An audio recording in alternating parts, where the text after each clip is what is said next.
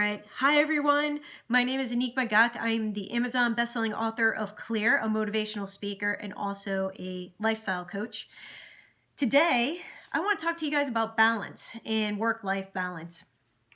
I've been at my computer all day long. I'm still at my computer, and it's nighttime on a Friday here. And I have been having some amazing conversations with women throughout the day. I was very fortunate to be interviewed today for a podcast and also for a webinar. And the webinar was live, so I don't know if you guys can get in on the rebroadcast, but it was with Krista how do you say her last name? We had a whole conversation about this because she was giggling that she couldn't say my last name either. Kokot. So it's Krista Kokot, and she's from Canada, and she's amazing. She's a fitness lady who trains in person and also online. And then I also had a podcast interview with Robin Baldwin, who is an avid Periscoper, so you might be catching her as well. She also happens to be Canadian, so please feel free to follow both of these ladies. They were awesome. Okay, Jackie. Okay, your internet was wonky tonight. All right, hopefully we can get a reasonable broadcast out today. So I was interviewed today talking about my book, Clear, How to Simplify Your Life and Live More Fearlessly, which is about aligning your environment to support the success that you want in your life. Now, what was great about these two interviews is that since they came from two very different people, they were very different in nature. One was a podcast that's pre-recorded and it will be available in May. And then the second one was a live webinar, which is always a very different kind of vibe. And we also answered questions from people who were watching towards the end. So there were many interesting questions that came up that were great. And one question that came up was that this one woman had said, or she had asked that, do you feel that, or she was having issues in her life where she was finding like whenever she started to gain momentum on making a change, something would happen and she would get completely derailed and then just completely fall apart, and how clearing clutter or aligning your environment could actually help that. It's a great question, and I think it's something that we as humans experience and struggle with. It's really, there's one thing to have your intent, and it's a whole nother thing to actually follow through and be able to accomplish what you want to accomplish. Because sometimes we have the best ideas in mind, but we may not really be set up to actually make them happen. There's a couple reasons why. And one, if we're talking in relation to clearing your clutter and clearing your mindset and your environment, the nice thing about doing this or following the principles in my book, Clear, is that I offer and say that we can oftentimes get very overwhelmed by the big picture. So for instance, I want to lose 15 pounds and get in amazing shape. All right, well, it's a great goal. A lot of people have that goal. But how do I actually do that? And how do I not get overwhelmed with, okay, figuring out how do I consistently work out? How am I going to work out? What am I going to eat? What's the best nutrition to support the kind of workout I want to do? Should I drink? Should I not drink alcohol? Should I do cardio? Should I not do cardio? Should I only lift weights? Should I, as you can see, it can get incredibly overwhelming, and we can go down the rabbit hole of making it a much bigger project and event in our lives than probably needs to be done. So how do you feel like you can be empowered and start to make decisions and actually follow through with them? Well, one thing is making sure that your environment actually can align to support what you want to accomplish in life. We often overlook our environment because we feel too busy. And if anybody can agree with this, let me know by giving me hearts. But I'm sure, have you guys ever experienced that you have the best intention to create a nice workspace or to actually work at your desk, but you end up working on the couch, you end up surfing the net at your kitchen table, right? You end up, okay, so I can see the people are in agreement with me. So you've got this idea, you've got this great setup, you've got an area to actually work in, but you're actually not working in it because you're avoiding what might be in the work area. Well, that might be bills, it might be a clutter of paper, like a total mess.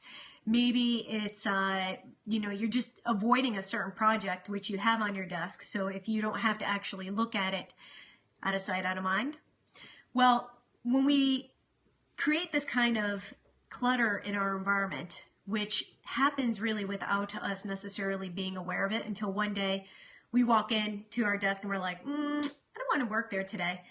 It's kind of a fleeting thought. We might not necessarily take it with us and say, well, my desk, since it's such a mess, means that there's all these other areas in my life that are a mess. We don't. That's why I wrote the book, so we can talk about it, right? So how do you start to make small changes in your life to support the big change? If I want to create change in the way that I take care of myself by losing weight, losing those 15 pounds, what can I do in my environment to support that? All right. Usually what's linked to food and to our nutrition is what we do in our kitchen and in our bathroom.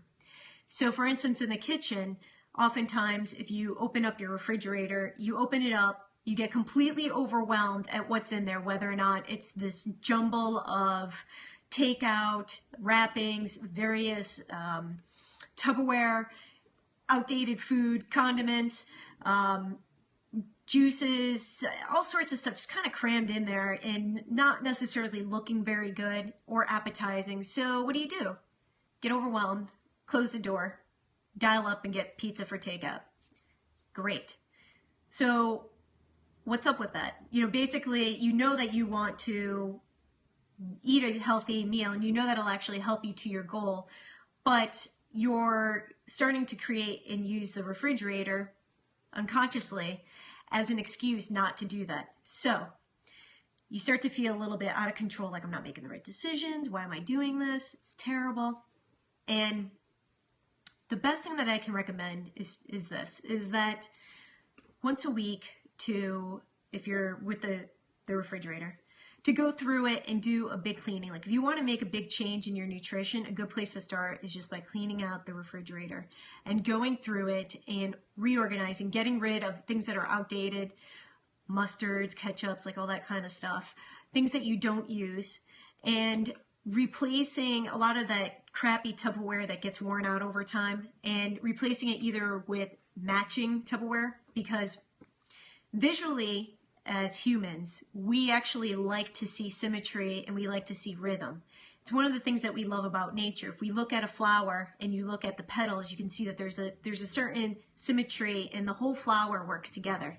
It's the same thing with a refrigerator. If you open it up and there's all these different colors blaring at you and half-rotten food, you have a visceral reaction to it where you shrink back and you go, oof, I don't want to have anything to do with that.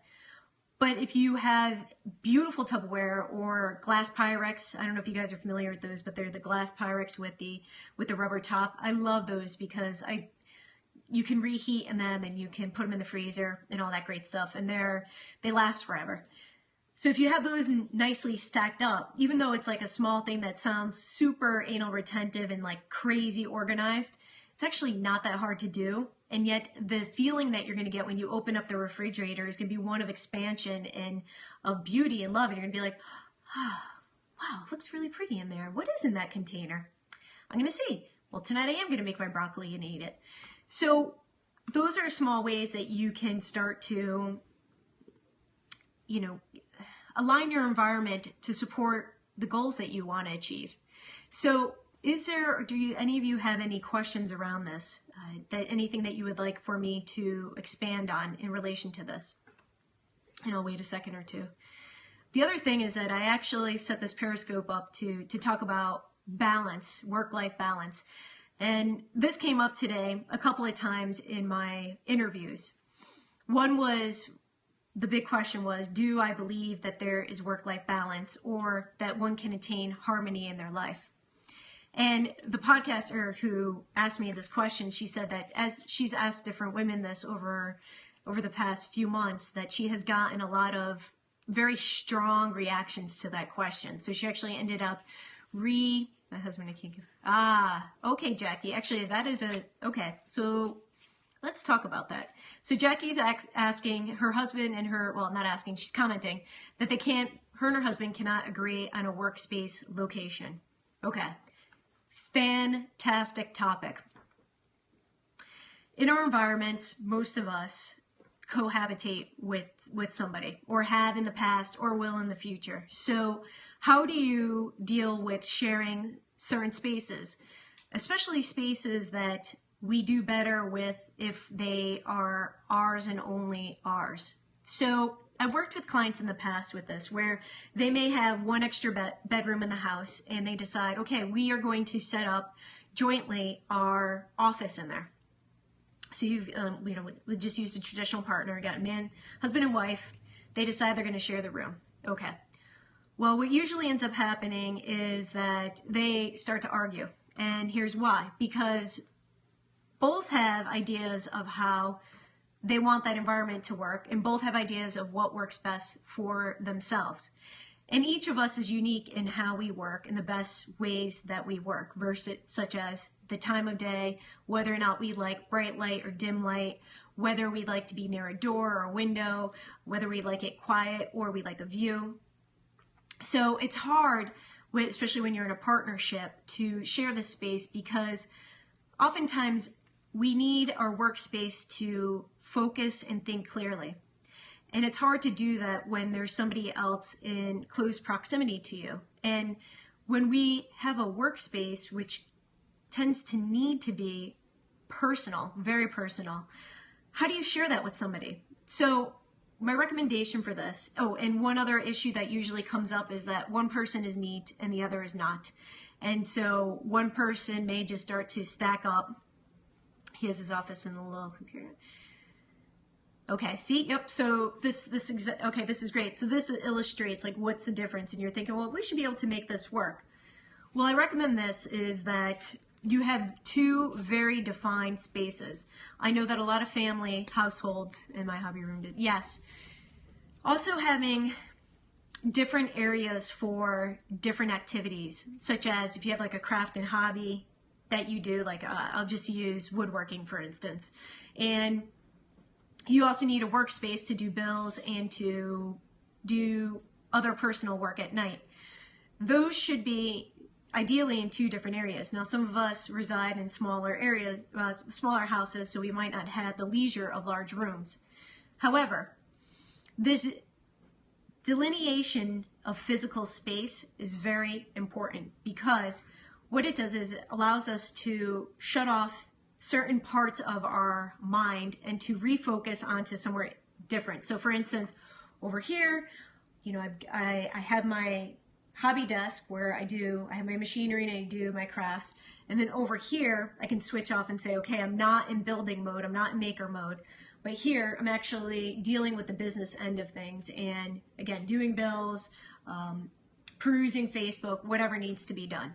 So why do we want to create that? Is that they also need different types of spaces. So the example that Jackie brought up here was that her husband needs a smaller area while she needs a more expansive desk. I'm going to assume you probably like to spread your things out and look at everything together, and he probably likes everything super, kind of tight and tidy.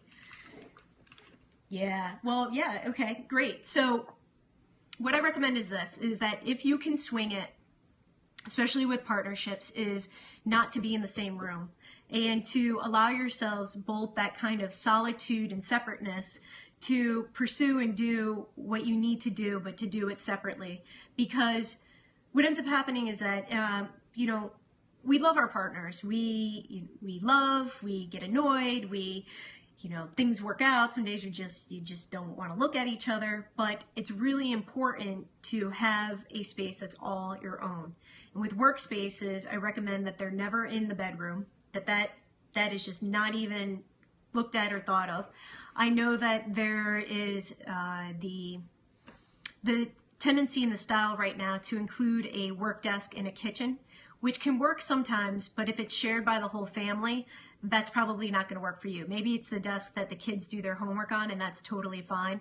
But as a parent, I would highly recommend that you try to keep your personal workspace out of a public house space. Some people work okay in a living room, which is not always used. So we have got our den sometime where we have the TV, and then we have maybe our more formal living room. I would be okay with the workspace being in the formal living room over it being in the den where everybody's watching TV. Because again, you're going to get annoyed and people are going to be coming in and out, and there's going to be fights about, somebody leaving it a mess and you really want to concentrate, but there's clutter around.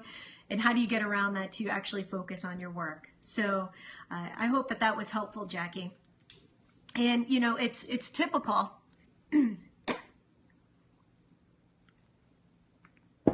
It's typical of that to be a situation that comes up. I mean, I know we've all worked with in an actual work job where you've had to cohabitate with your coworkers, and what a nightmare that can be, because all it takes is one really filthy person to ruin a perfectly awesome work environment. So very, very, very big on the whole creating the right kind of workspace.